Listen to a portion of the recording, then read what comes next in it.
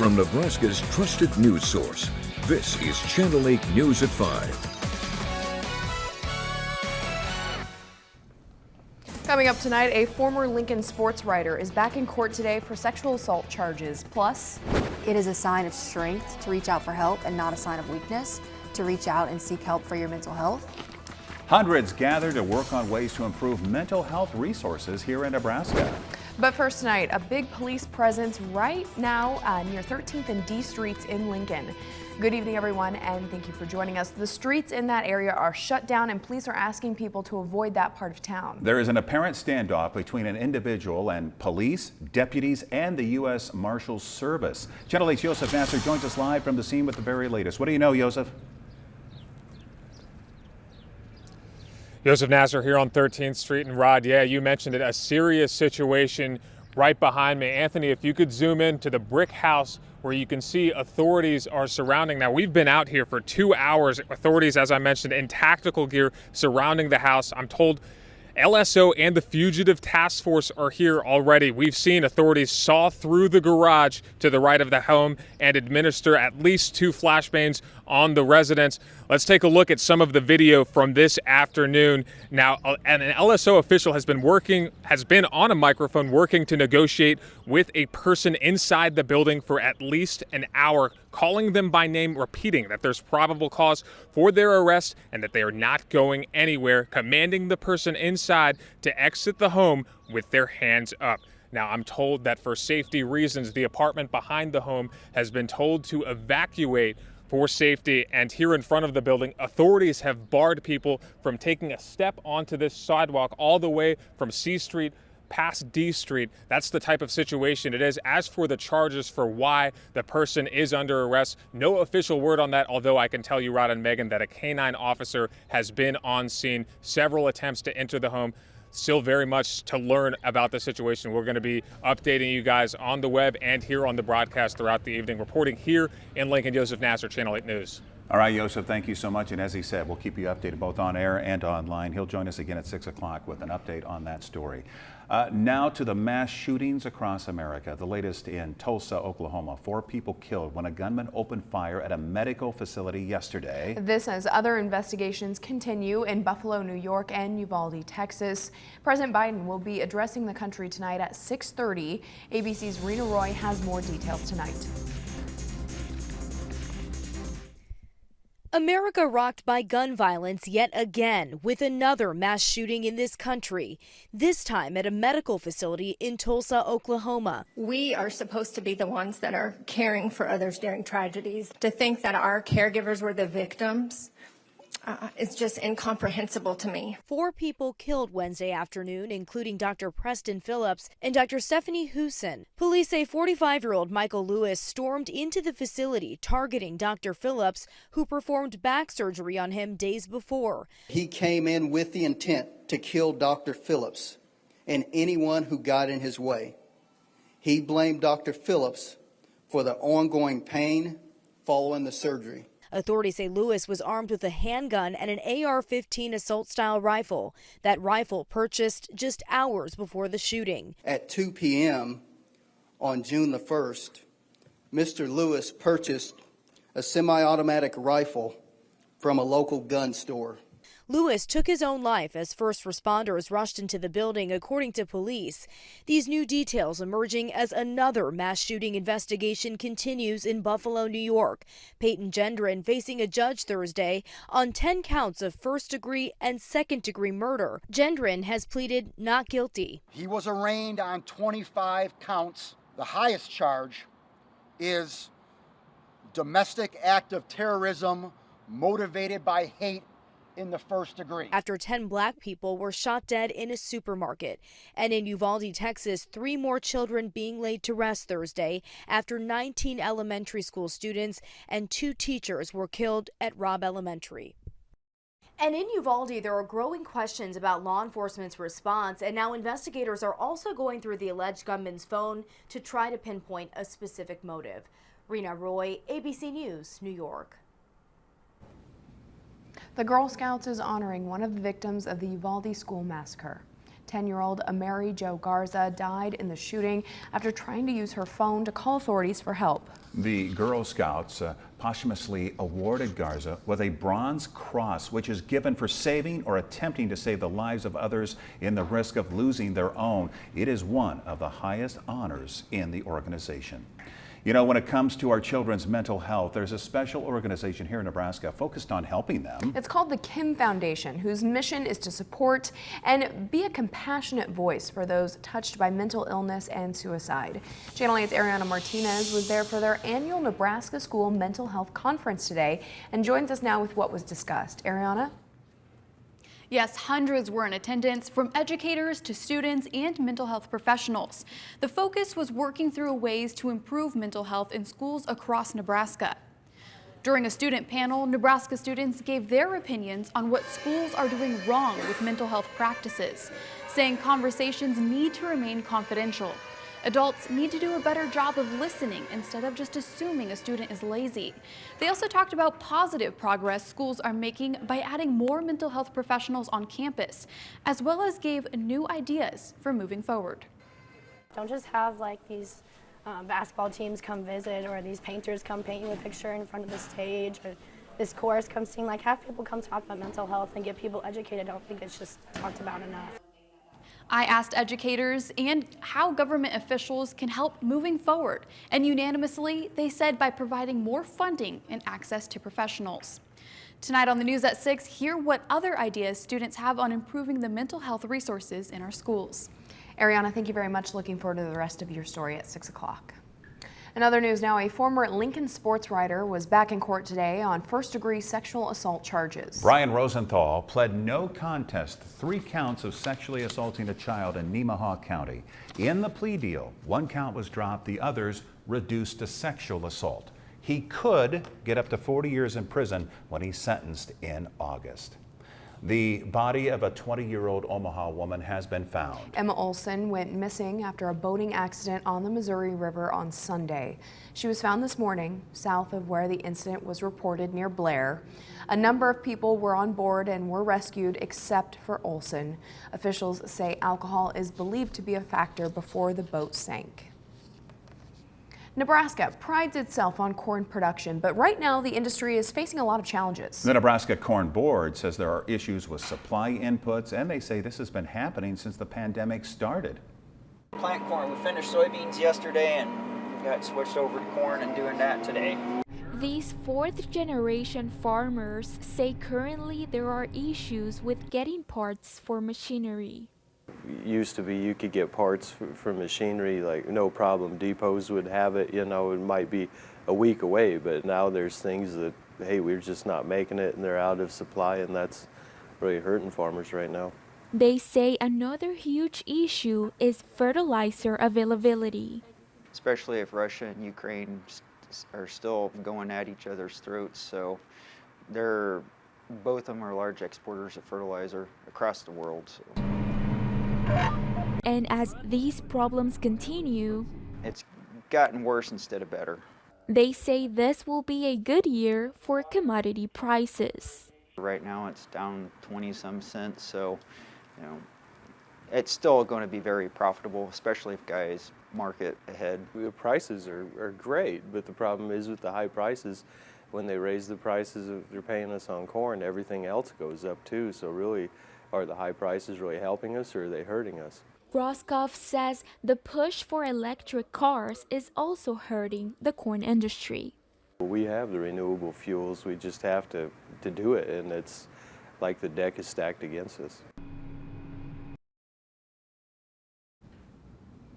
Now, in light of growing climate change concerns, an environmental task force is being established here in Lincoln. The mayor today talking about what she hopes the task force will accomplish. Taking into account local voices and really the lived experience of people who are most impacted by air and water pollution, and that we are looking to how we can strengthen the capacity of local governments to do this.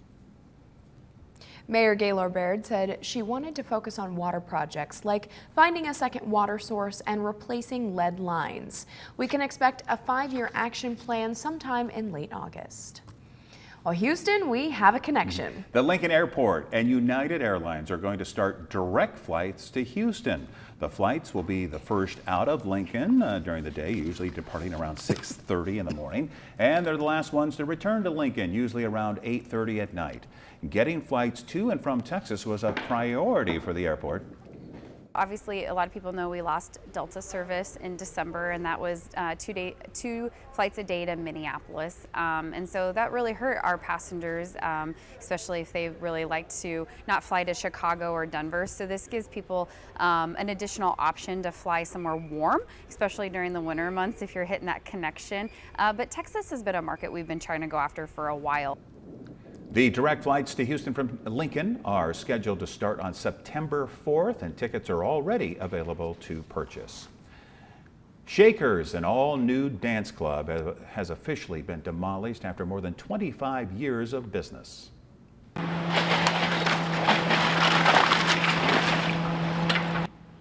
Dan Robinson, the owner of Shakers, tried to reopen the club after the first COVID lockdown, but was unsuccessful.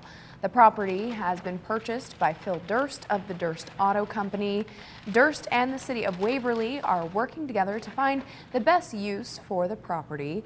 So far, no details have been revealed yet, but demolition was not in the original plans. Let's get a check on your weather now with meteorologist Malcolm Byron. And what did we get into the 80s today? Yeah, depending on where you are, upper 70s to low 80s at Lincoln Airport. We were able to make it into the 80s, so a very nice day. And if you're in Lincoln, you may not believe the fact that there are some scattered showers on radar, but there are, and we'll show you those in just a moment.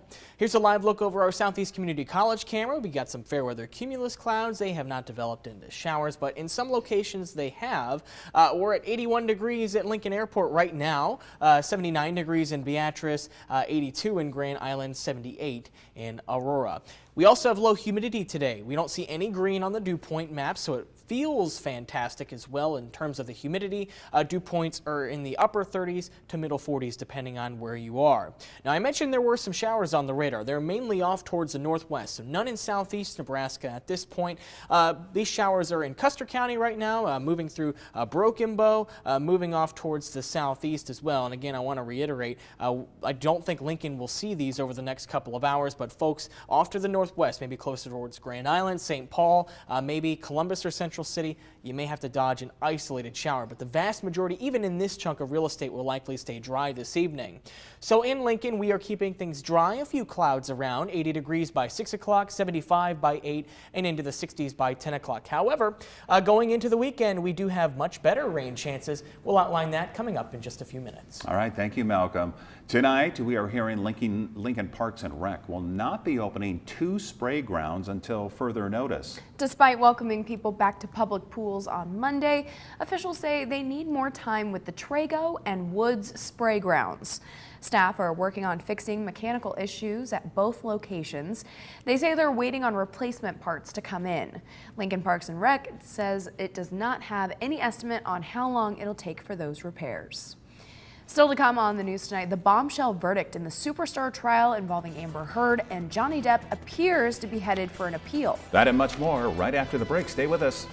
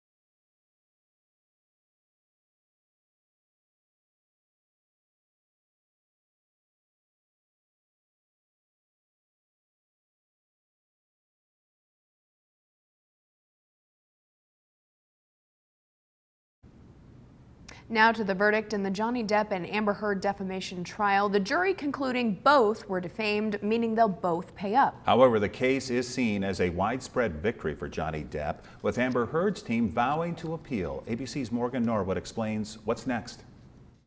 The bombshell verdict in the superstar trial involving Amber Heard and ex-husband Johnny Depp appears to be headed for an appeal. Amber Heard's attorney on the Today Show. She has some excellent grounds for it. A jury found that Depp had been defamed with actual malice in 3 statements and an opinion piece written by Heard in the Washington Post, who said she was a public figure representing domestic abuse. Do you find that Mr. Depp has proven all the elements of defamation? Answer, yes. The panel awarded him more than $10 million, but jurors say Depp must also pay up, awarding Heard $2 million, finding that she was defamed by Depp's lawyer, who accused her of creating a detailed hoax surrounding the abuse allegations. So maybe the jurors didn't believe she got together with her friends to do this. But when it comes to the fundamental allegations at issue in this case, the jurors believed Johnny Depp and did not believe Amber Heard. In some ways, this trial was a repeat of a lawsuit that Depp filed in the United Kingdom against a British tabloid after they called him, quote, a wife-beater. Except the judge in that case ruling in the newspaper's favor, finding Heard's abuse claims were substantially truthful. Johnny Depp brought a suit in the UK for the same case, and we weren't allowed to tell the jury this, but the court found that Mr. Depp had committed at least 12 acts of domestic violence, including sexual violence, against Amber. Now, Amber Heard's team looking for another chance to prove their case. And Amber Heard releasing a statement saying she's heartbroken. Johnny Depp, on the other hand, saying this jury gave him his life back. I'm Morgan Norwood, ABC News, Los Angeles. Now, your Storm Alert Team forecast with meteorologist Malcolm Byron. In case you didn't know, these are my favorite types of clouds, cumulus clouds, and we see them clearly over our Allen Communications camera, kind of those cotton ball shaped clouds. So if you didn't know they were my favorite clouds before, well, now you know. Nice day today, 81 degrees the current air temperature at Lincoln Municipal Airport, 79 in Beatrice, 80 degrees in Omaha, so a mix of upper 70s and lower 80s, so a very nice day across southeast Nebraska with low humidity. Now, mostly clear skies across southeast Nebraska, and the clearest conditions are in the far southeast corner of the state. I mentioned last night that we'd have a boundary off in northern Nebraska that's going to try to ever so slightly push off towards the south, and that would throw some cloud cover our way. In fact, even produce some showers off towards the northwest. We see some isolated shower activity in Custer County just to the east and west of Broken Bow. We see them extending off towards the east out towards St. Paul. A few of these may be able to try to clip the Tri-Cities this evening, but well, that's just about it. I don't think that these are going to make their way towards Lincoln, and Stormcast will depict that well. They just kind of die out as we go into the evening hours, but we maintain some of this cloud cover going into the overnight hours. Tomorrow morning, we're looking at a few clouds in the forecast, so I'd say mostly clear to partly cloudy skies for much of the overnight hours. I think we may have some high clouds trying to work their way into the area too, so just kind of a messy picture in terms of cloud cover. Going into tomorrow afternoon, we'll keep some clouds in the forecast. In that boundary that we talked about today, it's going to lift off towards the north, and along that boundary to our north, we could see some more shower development, so kind of a similar type picture compared to today. Going in towards late Friday afternoon, Stormcast does try to hint at the potential for maybe an isolated shower development in Saunders County, maybe out towards Omaha. This might be a little bit of a stretch. I think most of this activity will be to the north of the capital city, but as you get farther and farther north, the chances for maybe an isolated shower do start to increase. And then let's go to late Friday. This is the activity we're all interested in. We see some thunderstorms in western Nebraska, and that'll affect our forecast for Saturday, but we'll talk about that in just a moment. So for tonight, some passing clouds, 54 degrees. We are staying dry. On Friday, 83 degrees, mostly sunny, and we'll keep the low humidity for the day on Friday as well. But this weekend, things start to cloud up, and we also have to increase storm chances as well. Scattered storms on Saturday, isolated thunderstorms on Sunday. Let's track Saturday with Stormcast. So again, those thunderstorms in the western part of the state late Saturday, those will move east, but they'll decay in the overnight hours. We can't completely rule out a stray shower early Saturday morning, but that's just about it. I don't think this will be strong activity on Saturday morning. Now, as you go into Saturday afternoon, the majority of the daytime hours does appear to be dry, but then there could be an evening round of thunderstorms that develop somewhere across the state. We are still a few days out from this, so we'll fine-tune the details, especially going into tomorrow, but Keep in mind that we are going to have several dry hours on Saturday, even though we have storms in the forecast. And the rainfall potential through the weekend actually depicts this very well. Various models not showing much accumulation, indicative of the fact that we're dealing with scattered activity. So 78 degrees on Saturday, several dry hours throughout the day, some scattered showers and thunderstorms, isolated activity on Sunday, and we keep rain chances elevated going into Monday, Tuesday, and Wednesday of next week. We're going to be on the cooler side as well. This is not summer-like air. Temperatures in the 70s for most of next week. Maybe another chance for showers next Friday, but all indications point towards next weekend being dry. All right, thank you, Malcolm. A great day on Wall Street. The Dow climbing 435 points. NASDAQ was up 322. Area numbers. You're watching Channel 8. We'll be right back.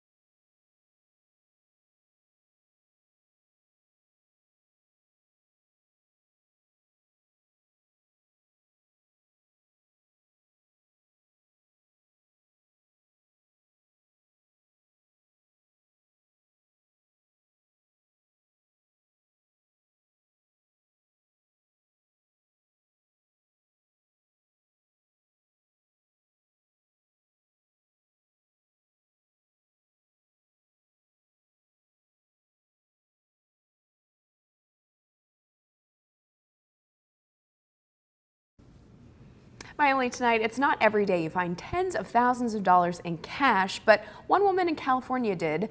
$36,000 actually hidden in a couch. Usually I find just a little bit of change, right? It all started with getting a free couch through Craigslist. When she brought it home, she found several envelopes filled with money. She did return all of the cash to the original owners, who said they got rid of the couch after the recent death of a loved one. The grateful family gave her $2,200 to say thank you. The family also found hundreds of dollars in cash hidden around the house. Interesting. So there you go. Yeah, who would have thought it? All right, let's get a final check of the weather with Malcolm. Yeah, very nice weather this evening. Now, granted, to the northwest of Lincoln, I'd say probably to the northwest of Grand Island, we have the chance for maybe just a passing shower, but that's just about it. Most will be dry. A few passing clouds this evening in Lincoln, 80 degrees by 6 o'clock, into the middle 70s by 8, upper 60s by 10 o'clock. We should be dry for the Friday, and then it looks like scattered storm chances start to increase for the weekend. All right, thank you, Malcolm, and thank you so much for joining us. Have a great night. We'll see you right back here at 6 o'clock. With the Channel 8 Eyewitness News mobile app, you'll be the first to know. Get alerts about breaking news and weather, all in the palm of your hand. DQ is taking your taste buds for a ride with the new Signature Stack Burger menu, featuring 5 mouth-wowing cheeseburgers. Like, try the new DQ Signature Stack Burger menu today. DQ, happy tastes good.